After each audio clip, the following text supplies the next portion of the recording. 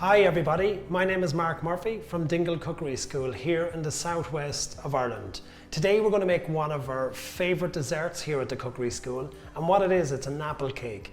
It's one of those desserts that even if you've never baked before or you've never cooked, this is definitely one that you can try and it'll work out. I'm going to take you through the ingredients very quickly. I've got some caster sugar, a little bit of softened butter. Make sure that your butter's been left out at room temperature.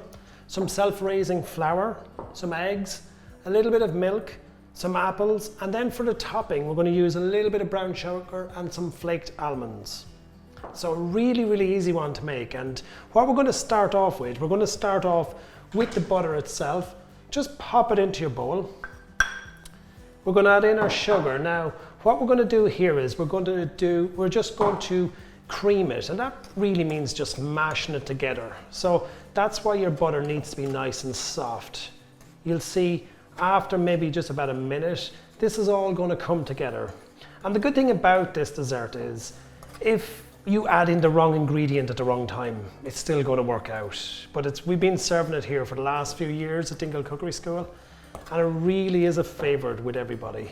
So that's what we're looking for. Just like that. Everything is just mashed together. What we're going to start doing now is add in your eggs, mix that around, and I'm just going to change and just use a spatula now. Now we're just going to mix that in. And the one good thing about this, you don't need an electric mixer for this. It's such a very quick and easy dessert. So I've added that in. I'm going to add a little bit of milk in. You don't have to add it all. We'll see how it is in a few moments if it needs another little bit. So mix that in, get your flour in there. Now with the flour, we just mix it all together, and it's a dessert that you don't have to worry about folding it or anything like that. Just mix it in and you'll see now it's all starting to come together.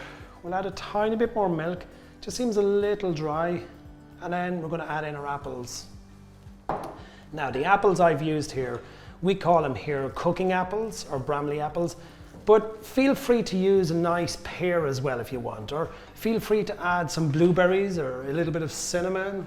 Make it your own recipe if you want. Now, so I'm going to mix those around, and what you've got really is starting to look like a little bit of batter around each part of the apple itself. Just mix that around, and we're just there, believe it or not. Once this goes into the tin, we're going to pop it into the oven. Just mix that around, there we go. Now, what I'm going to do here now is, we're going to take our tin. Make sure that your tin has been greased with a little bit of oil before you do it, so that it doesn't stick. I'm going to pour that in there. And you'll see at the moment it doesn't look too great. It just looks like a big mess. Apples, nice bit of batter.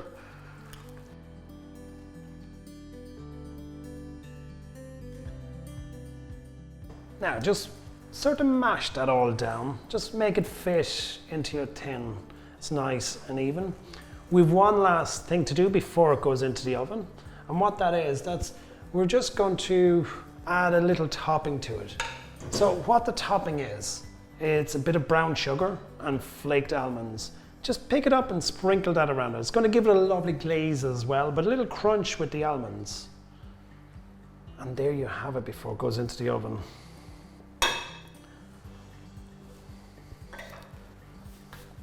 Now, so I'm going to put that into the oven. That's going to go in at 180 degrees Celsius or somewhere around 350 degrees Fahrenheit. I want to put that in there for about 35 minutes till it's nice and golden, and then we'll check it then just to make sure that it's done at that stage.